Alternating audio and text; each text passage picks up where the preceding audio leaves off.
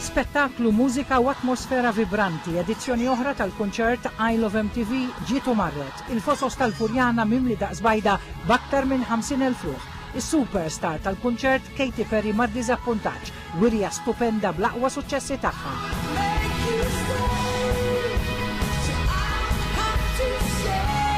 L-udjenza tpaxxiet bl-aqwa suċċessi fil-karriera tagħha flimkien ma' single ġdida Watch It Burn u magħha spettaklu mimli kuluri, koreografija u kostumi mill-aqwa.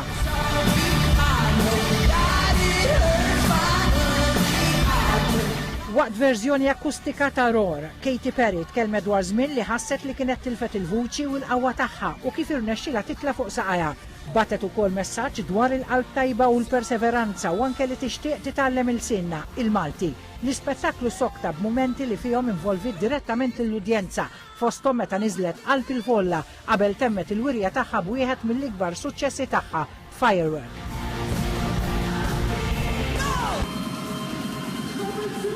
Artisti ieħor globali, DJ internazzjonali Afrojack bl-aqwa suċċessi mid-dance floors, popolari ma' kull min isegwi l-mużika pop. Il-mużika elettronika tiegħu akkumpanjata minn effetti viżivi fost oħrajn li bidlu l-fosos fi spazju miftuħ sfin miegħu fuq il-palk Macambush.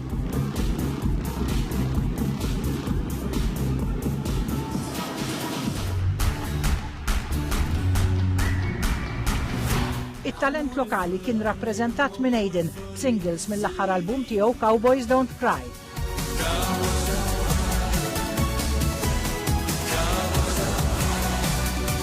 Mużiċisti u DJs lokali bħal Jamie Cardona u Michael Bartolo Kirkop ukoll żammew ir-ritmu għaddej tal-folla texieren teluf li mlew il-fosos.